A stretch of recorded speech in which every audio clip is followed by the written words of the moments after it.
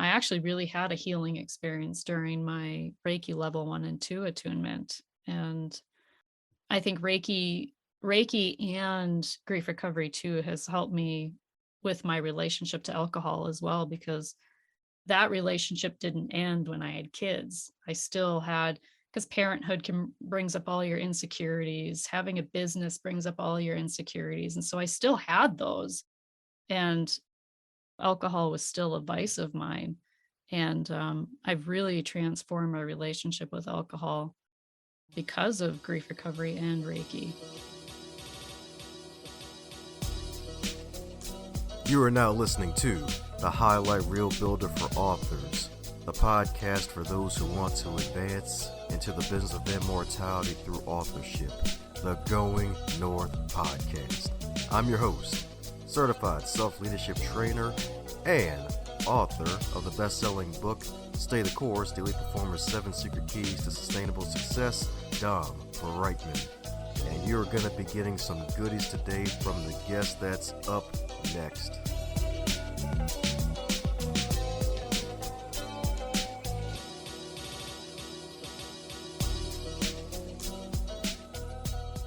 Today's episode is sponsored by the GoingNorthPodcast.com shop. And we got some new designs on the website, baby. That's right. Check out the new designs. We got 2 new designs. One is outread your competition to outlead your competition. And the other one is perfection is completion, but excellence is exceeding expectations. Because when you feel like something's perfect, it's truly not. But when you seek excellence, you are after exceeding the expectations of the folks you serve and your past self. So head over to GoingNorthPodcast.com.shop and pick up some more magical gear in multiple forms in more ways than one. Now let's get on with the show. And today on the Highlight Reel Builder for Authors, known as GMP, the Great, Glorious, and Glamorous, it's the Going North podcast. And we got one heck of a super special, awesome human for you today, because she could probably fit all 3 of those G's and more. Because my goodness, today's guest, certified grief recovery specialist, creator, and fellow podcast host. She's a fellow bookcaster, and her wonderful podcast is called Grieving Voices. And not only that, she's a Usui and Karuna Reiki Master, and a UMAP certified coach, and an End-of-Life Doula. And this wonderful lady right here aims to use her strengths and skills through a variety of offerings. You heard that right, folks. A whole metaphorical rainbow of offerings to help those lives that have been upended by grief and loss to go from surviving to thriving. And to make it even better and not butter, when she's not helping hurting hearts, you can find this wonderful lady right here enjoying quiet living with her husband, 3 teens, and a pooch in the state of North Dakota, right? That's right, folks. We're going north today for real in more ways than one. So let's give it up for Miss VV herself, the Crown Vic, the one and only Victoria Volk. How you doing today, Victoria? Thank you for that lovely intro. There's only a few people that call me VV. Sweet. That means I'm in a select club. Hooray. Yeah, you've made it. There we go. That's right. You have chocolate in the palm of your hand now.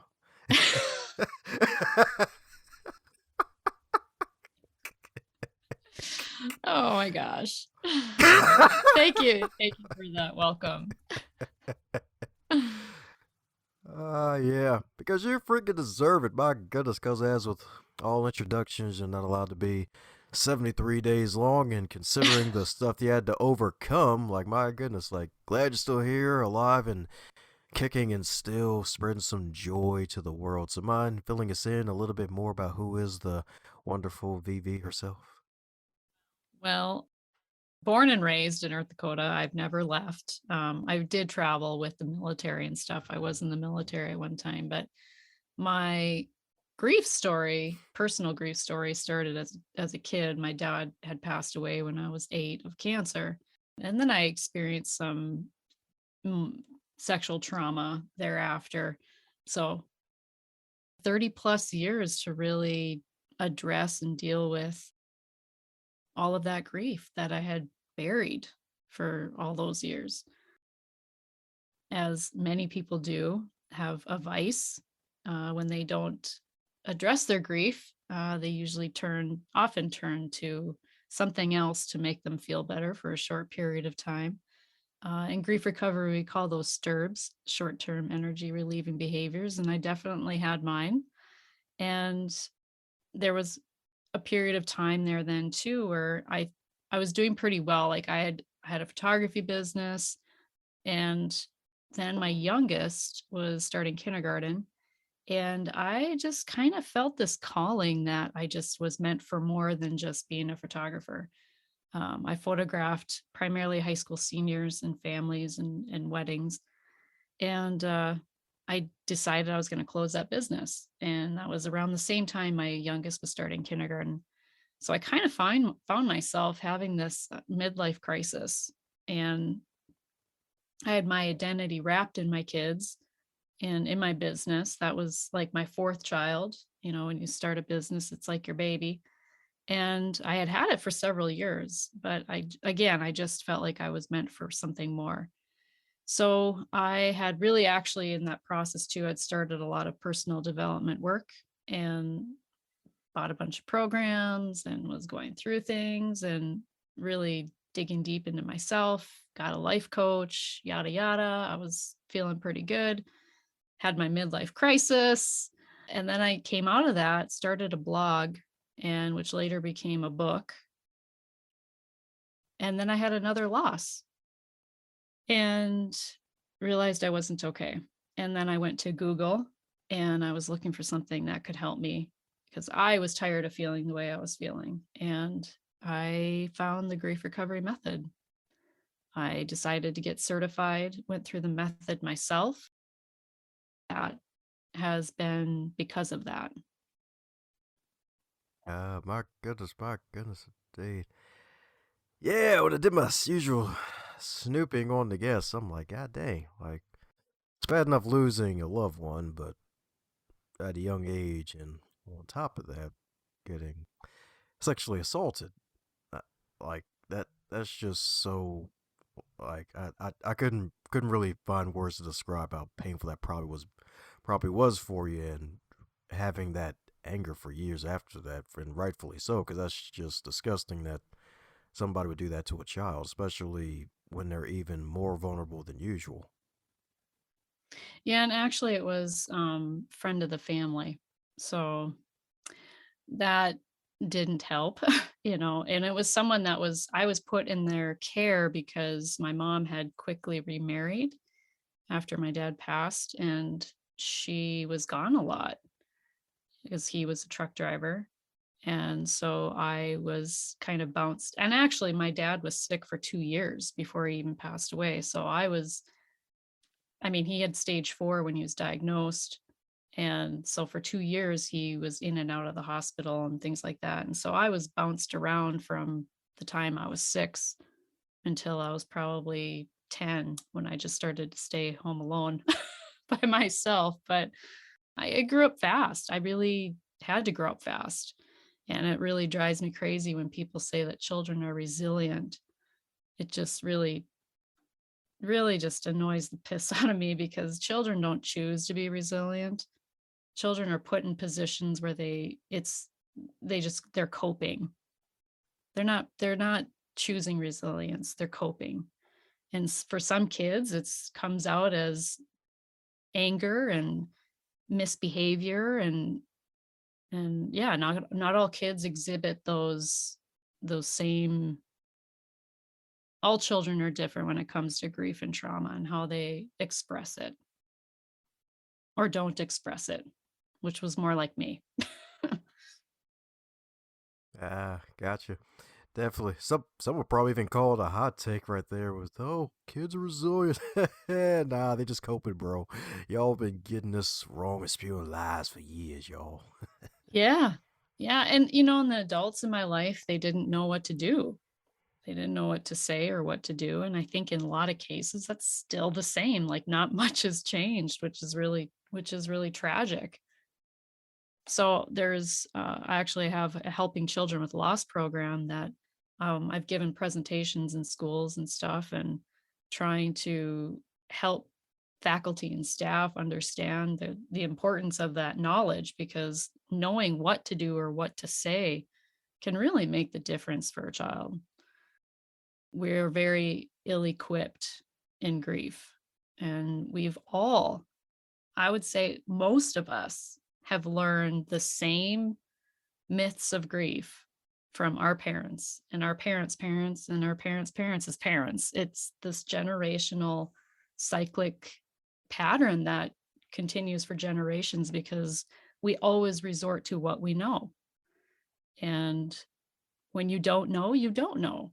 And so that's really the premise behind me starting my podcast, Grieving Voices, because I wanted to bring a variety of life experiences and of loss to the forefront of people's minds. Like, no one has to die for you to grieve. You don't have to um, be with someone for 50 years and they pass away and that's your first grieving story. You probably have, if you live to 25, you've probably had many grieving stories in your life already. If you've moved, you've had to say goodbye to friends, your parents divorced, you lost a dog. I mean, everything is cumulative. Losses are cumulative, and they're cumulatively negative, and they have an impact, and they leave an emotional imprint. And if you're like me and you live with that for over 30 years, it really creates a lot of chaos in your life, a lot of havoc. So it's never too late and it's never too soon to really address your grief. Ah, definitely true indeed, because it affects different folks in so many different ways. And if I'm not mistaken, you actually said you spent time in the military, right? I did, yeah. That was actually part of my escape of I graduated from high school and followed a boy, which was a mistake, but I wanted to go to college. I wanted more for my life. And so I decided to join the Army National Guard and was in for a while. My husband, actually, my current husband, he was actually in too, but we were not, that's not how we met. He actually moved to the same town as me going into our junior year. But we actually didn't start dating until 7 years later. So I, yeah, the military was the most wonderful experience for me because I saw myself, it took that shy, timid, weak child that I saw myself as, and it really transformed me into someone who felt strong and empowered. And um, yeah, just I saw myself in a way I had never seen myself going through that experience. So I'm talking about the molding indeed. And how many years was that for you? Well, actually, I ended up getting out a little early because my husband was still in as well, and we had already deployed once. And I didn't want us to, there was a few moms that had deployed that had children, and I just did not, I could never see myself leaving my child in the care of other people, being we are both in. And so I had gotten out. And so yeah, I didn't quite fulfill my 6 years, but it was close. I just didn't want to take that risk. Thanks for, I'd say, what, 5 and some change of years of service? About, yeah. Ah, yes, indeed. Definitely commend you for that, indeed. Definitely got to thank those who've been part of the troops, no matter what branch they are in, because they all protecting the great country of the U.S. of A. That's right, indeed. Always appreciate you. Thank you. Right, indeed. That's right, indeed. So, my goodness, so dealing with traumatic at such a very young age, all the way to joining the Army National Guard and coming out and becoming a mom, and heck, even probably becoming a Greek statue in the process, since you were no longer the shy girl anymore.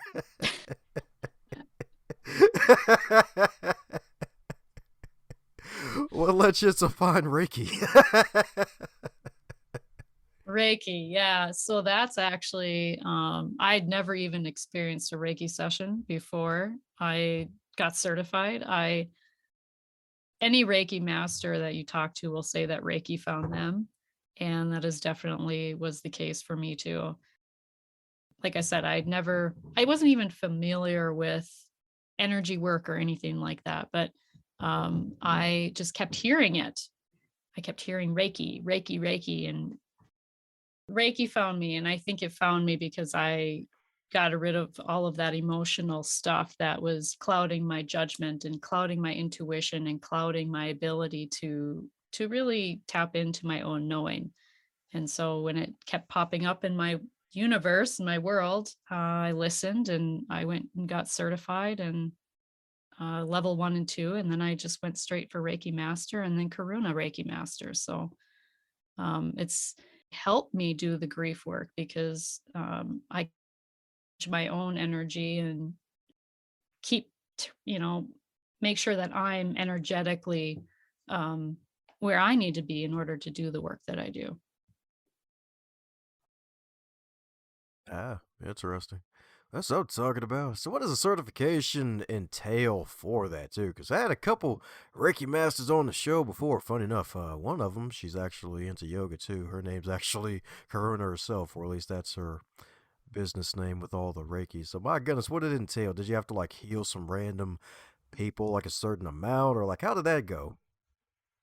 So there's different lineages, and the lineage that I trained in was Asui. And so my Reiki master teacher, when I went through Reiki level 1 and 2, you go through attunements. It's some meditations. It's really difficult to explain, but it was a 2-day thing, 2-day process, 2-day training. And you kind of just really learn about the principles of Reiki and receive the attunements. With Reiki 1 and 2, you're able then to key to others distance, and it's the highest level you can go is licensed Reiki master. So I'm not even near that yet. I think my Reiki master teacher was a Reiki master for 10 years before she became a Reiki master, a licensed Reiki master teacher. So um, yeah, it was a couple, it was training and attunements, and it's amazing. It's just amazing. It's amazing what comes up because every session with someone is different. Um, and every session they have is different. I have several repeat clients that come have a session every month. And it's almost like, you take your car in for an oil change or an alignment of your tires. It's kind of like just you're receiving like this energetic reset, this and this alignment. It's kind of just like that for your body, is how I would describe it. It lets the energy flow. Kind of like it's a lot like too, like acupuncture. It's probably the most similar. That's what I'm talking about. Except without the needles, I imagine. Without the needles, yeah. Like I said, I can even do that distance. I don't even need to be in the same room as you. It's really kind of bizarre and That's right. magical. That's right. Consider it a Harper's magazine. It's bizarre. That's right. It's That's bizarre. right. So bizarre. Yeah. But hey, that's what I'm talking about. So I guess that makes you a Jill of all trades with all these wonderful interests and all these wonderful things that you've overcome. So my goodness, so with all this stuff, like, do you believe the Reiki's also been one of your wonderful tools in your toolbox to help with grief, or was that just a curiosity that just basically fell into your lap in a way? No, that's a great question, actually, because I actually really had a healing experience during my Reiki level 1 and 2 attunement. And I think Reiki and grief recovery too has helped me with my relationship to alcohol as well, because that relationship didn't end when I had kids. I still had, because parenthood brings up all your insecurities, having a business brings up all your insecurities. And so I still had those. And alcohol was still a vice of mine. And I've really transformed my relationship with alcohol. because of grief recovery and Reiki, for sure. Oh, all right, cool. That's what I'm talking about.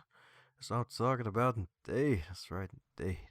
So the tool in the toolbox helped the wonderful Victoria the Builder become a builder, y'all. That's right, Victoria the Victor. That's right. That's right indeed. That's right indeed. So my goodness, so with all of that and helping folks with their hearts and helping them to heal, you got this wonderful podcast as well that you started as well to help out some folks indeed. And if I'm not mistaken, you're taking a break from that at the moment, right? Actually, no, I'm taking a break from guests because well, it depends what kind of I'm really looking for guests that have a specialty, mortician, end of life, death and dying. I want to hit some specific topics. So I'm looking for those kinds of guests, but my episodes go out to November. And so I'm really looking for guesting opportunities. And so I really appreciate this opportunity to be your guest today. Oh yeah, that's right. I appreciate you too, because when you reached out, I'm like, oh, okay, cool. She actually listened to an episode. She actually pressed play and mentioned it before she actually pitched. I'm like, all right, good, good, good, good, good. That's right indeed. And you do some amazing work. You do some amazing work. That's right indeed. And you do so much amazing work, and you're guesting on all these shows. Is there a question that you wish you'd be asked more often? Hmm. That's a tough that's a tough question. That's a good question.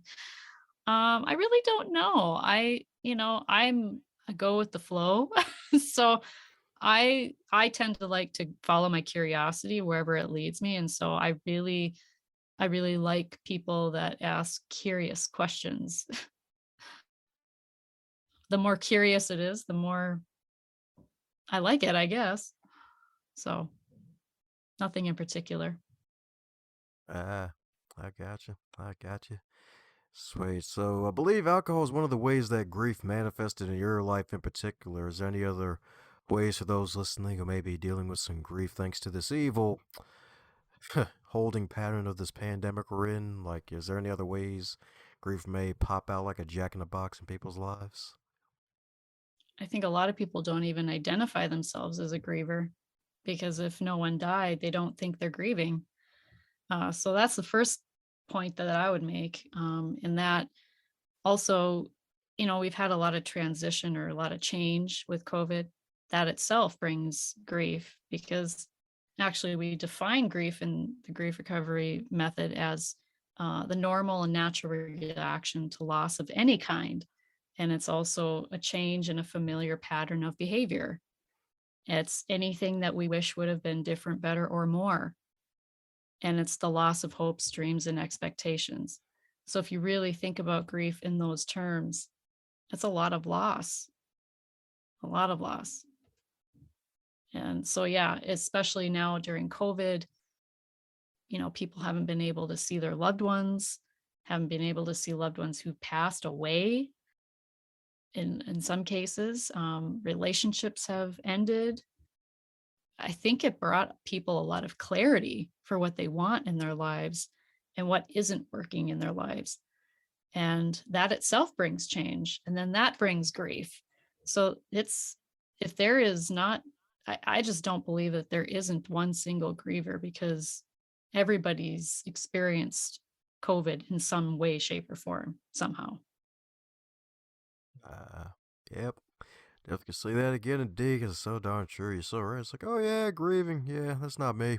Ain't nobody died in my neck of the woods. And me, I know some people, but I think I'm alright. But no, grief isn't just like someone's life. It could be a job, it could be a relationship. Heck, even a couple past guests, like even one of our top listeners and one of our past guests, Stanley McCluskey, he wrote a book called Divorce is Worse Than Death, and him just going through the grief period of his parents divorcing and having to deal with taking care of him down the road and them realizing, man, we should have never divorced back then, even though it was an amicable divorce. It's like, we still regret it down the road. And heck, even from grief to grind, it's like, hey, relationships definitely huge thing. It's like, hey, it ain't just a whole dead body funeral situation. It's actually more than just that. It can be multiple things.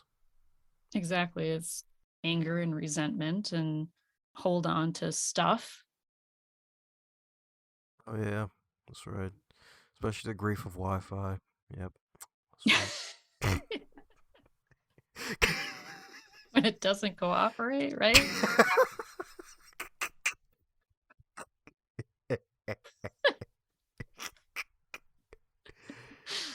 Oh.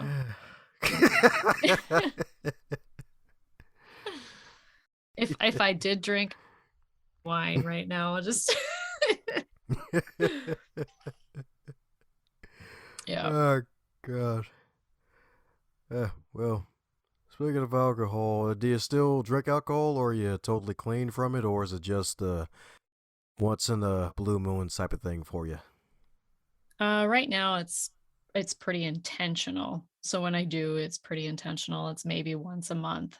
Actually, in fact, I bought a bottle of wine for New Year's and had half a glass, and the bottle is still in the fridge. So it's really changed a lot for me, because before it would be like, a bottle of wine is nothing. Like, there's only 3 or 4 glasses in a bottle of wine. Like, I would drink a bottle easy, but it's only 3 or 4 glasses, you know? But yeah, I know it's really changed quite a bit. I actually went, I think it was 100 and, what was it, 16 months or something like that straight with nothing. Like when I decided I'm done, like I'm done. I went 16 months cold turkey before I intentionally brought it back into my life. So yeah, it's a relationship. We have a relationship to food, we have a relationship to alcohol, we have a relationship with people, we have a relationship to money. And the beautiful thing about grief recovery is that you can apply that knowledge and those tools to those kinds of relationships, which I did. I applied it to money, and I applied it to alcohol, and I applied it to living in your life. Having, let's say you have to have a difficult conversation with somebody. And before you go into that conversation, if you don't want to go into it with all the emotional stuff, you apply grief recovery to that relationship, and then you go have the conversation. Completely different conversation than you would have had. You're more level headed, you're thinking clearly, the emotion is out of the picture, you're sticking to the facts. It's the best program ever, bar none. And it's the only evidence based program for moving through grief, for processing grief. And I'm guessing this is something we can find in your marvelous book, can't we? Not in my book. Nope, not in my book. Actually, the grief recovery method is based on the book, The Grief Recovery Handbook, and that you can find on Amazon. Uh, that's right. With all the muscle-bound women in the bikinis. That's right. On Amazon. That's right. Right indeed. Yep. The spears and the huts. That's right. And the rainforests. That's right. Yeah. Yeah. Well, that's good to know. So, if your book in particular was a food item, what would it be and why? Ooh, I would say probably, okay, so I say this in hindsight because that's probably not the book that I would write. If I would write that book now, it would be a very different book. So I'd probably say a mango. It's like you really don't know. A mango is like hard to cut. Like, how do you cut a mango? Like, it has this. It's like, I don't even know why I said a mango. Why did I say a mango? I don't know. It's got this, like, I think because it's such a part of me, it's got this tough skin. Like a mango has this tough skin, but inside it's sweet, and but there's this pit, right? This big pit that kind of gets in the way. And I guess I think of that as what my grief felt like, was this big pit. And it made me have this tough exterior that I yeah, a mango. But only because it's a reflection of me, I suppose. Okay, all right. I gotcha, I I gotcha. don't know. That's what I'm talking about. That's what I'm talking about. I'm curious what other people say to that question. Like, is that the most bizarre food item? Not really. Not really. We haven't really gotten. Uh, well. I suppose I put you on the spot.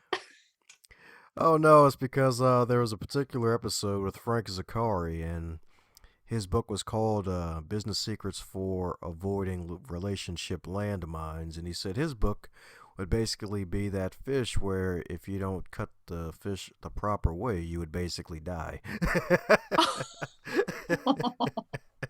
I guess the puffer fish. I guess that's what it was. Okay. Okay. Well, his is way more creative than mine. Yeah, for sure. Yep, that's right indeed. Oh, that's an interesting question. Oh yeah, that's right. Guess folks would think sell the book in a different way they wouldn't expect. And out of curiosity, you said mango, but were you thinking of avocado?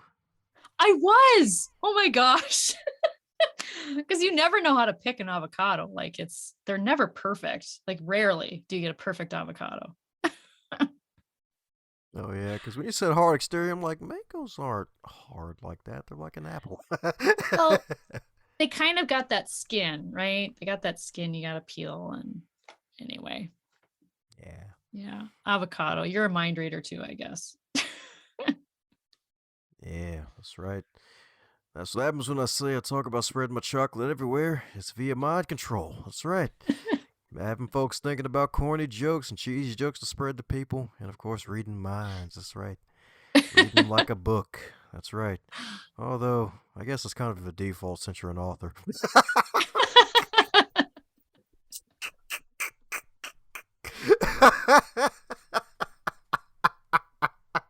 You're full of them tonight.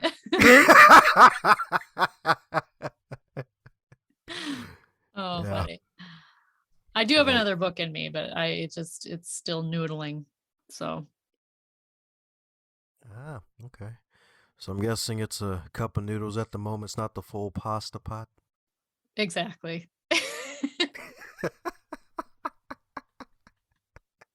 Now that book would be pasta. It'll be pasta. Oh, funny. That's right. And it won't be an impasta. Jeez.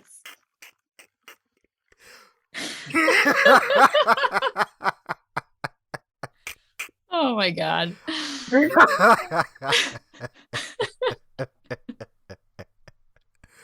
Yep.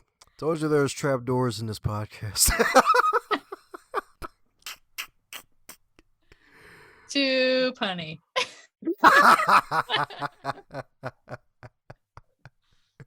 Oh. Oh, man. I love your freaking energy. You're welcome back when that other book is published. We got to have you back on again. That's right. Sweet. Right, I'll take indeed. it. Sure. That's right, indeed. That's why she's a mom of 3 and a wonderful wife. That's right. That's why she's off the market, because she's freaking amazing, y'all. That's right. Aw. So, yes, indeed. So, for those, wait, actually, no. That's too far in advance. The question I like to usually ask every guest, and we're coming down to it, is if you're to wake up tomorrow and you're 25 again, but you're in 2022 with all of your knowledge and experience, what advice would you give to yourself? Go active duty. I would have gone active duty. I wish yeah. I mean, I wouldn't have met my husband, or we wouldn't have gotten together probably, but 25, yeah. What was I doing at 25? I didn't have kids yet. I think I was walking down the aisle. Actually, I still would have gotten married though. I wouldn't change that. But before that, I would have definitely gone active duty.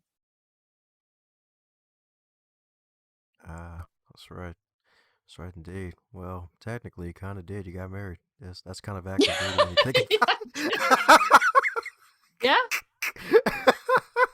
Yeah. Yeah. Yep. Oh. That's right. You and Hubby's like, we got to cuff each other right now. I can't let you escape. That's right. Yes, indeed. Actually, you know what what had just occurred to me too is that I'm going to be the same age that my dad was when he died. So Oh, if that's not clarifying for me, like what would I do if I had 1 year to live, right? Ask yourself that question. Don't waste time, folks. Address your grief, take care of it so you can live your best life. That's my message. that's right. That's right indeed. That's right indeed. Gotta thank the post office for that one, y'all. That's right. That's right. That's right. This post office is called Victoria Volk, y'all. That's right. That's right indeed. That's right indeed. And for those who need to pick up 34, if not 44 copies of all of your magical books that are out there and that are to come in the future and all the stuff you're doing, what's the best way for folks to do so? My website, theunleashedheart.com. That's the best place. All the links, social media, Instagram, all of that's on there. The book, podcast, everything can be found there. Oh, yeah, that's what I'm talking about, y'all. That's right. That's right indeed. Unleashed Heart, y'all. That's right. Check it out all in the show notes indeed. Head over to Crown Vic's site indeed. That's right indeed. Victoria's got you covered like a blanket, y'all. If you want to be victorious in your grief stage of life and you want to get to the victory stage, he's got you covered, y'all. That's right. That's right indeed. Everybody knows Victoria means victory, y'all, so she's got you covered, y'all. So if you want that trophy after the grief is over or to feel like you got 8-pack abs through this whole situation, she's got you covered, y'all. I'm telling you.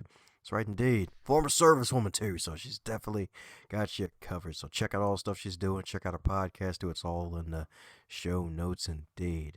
So any parting words before we close up shop, Victoria? Kind of like the last one I said, but I would just say too, don't lose hope. I mean, I was 30 plus years a griever, and it's not that it just went away and I'm magically, healed or anything like that. Like the sadness is still there, right? I still miss my dad. I still have moments where, things come up, but I'm not sitting here sobbing and crying and beside myself and overcome with emotion, right? And I think when we get so wrapped up in our stories and we tell our story over and over and over again, and we're not addressing the feelings and what happened and dealing with the emotion of what happened and what's stuck in our bodies of what happened, that's why it always brings up the tears, because you just haven't, if you can't tell your story without making you feel like you're a mess or a pile on the floor for 3 days, there's your sign. And don't lose hope. It's never too late and it's never too soon. Thanks a bunch for tuning in and setting aside some of your time to listen to this wonderful podcast, Going North. If you really enjoyed what you heard, do me a solid and share this with your network and someone that you care about that would get something out of it too. And be sure to subscribe to hear more, and heck, even check out the backlog if you would like, because there are hundreds of episodes to choose from, and they just keep getting better and not butter.